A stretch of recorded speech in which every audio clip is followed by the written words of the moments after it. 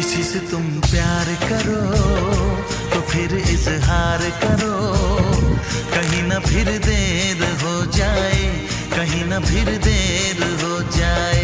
किसी पे एतबार करो तो फिर इकरार करो, कहीं ना फिर देर हो जाए, कहीं ना फिर देर हो जाए।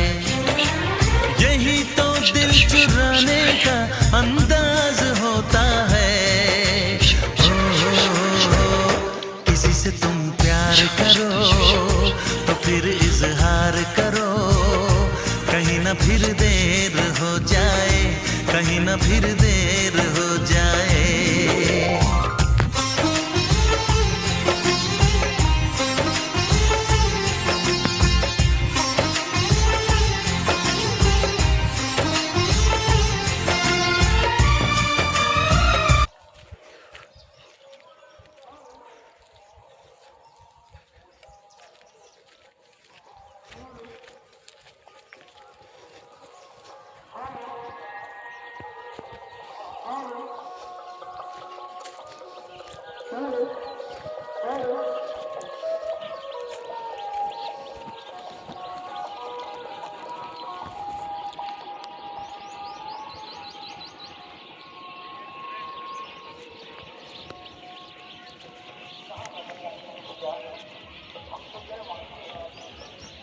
महानीच व्यक्ति, महानीच।